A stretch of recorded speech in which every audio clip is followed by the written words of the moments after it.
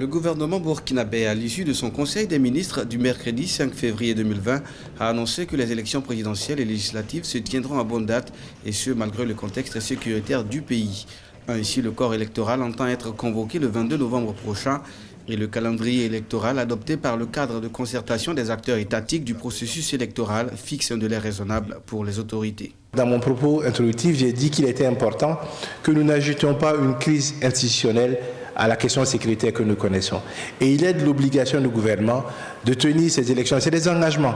et de faire de telle sorte que tous les Burkinabés, où qu'ils soient sur le territoire national, puissent y participer. Parmi les innovations instituées, notamment pour ces élections, la réception désormais des dossiers de candidature pour la présidentielle par la Commission électorale nationale indépendante, CENI, en lieu et place du Conseil constitutionnel, la gestion par le tribunal administratif de Ouagadougou du contentieux électoral pour le vote de la diaspora, l'utilisation de la carte d'électeur à titre transitoire et l'institution d'un quota de 30% de l'un ou l'autre sexe sur les listes électorales, des innovations autour desquelles la classe politique reste pour le moment divisée. Au sortir du dialogue politique, on ne s'était pas forcément accordé sur la question des cartes consulaires. Et d'ailleurs, vous avez vu que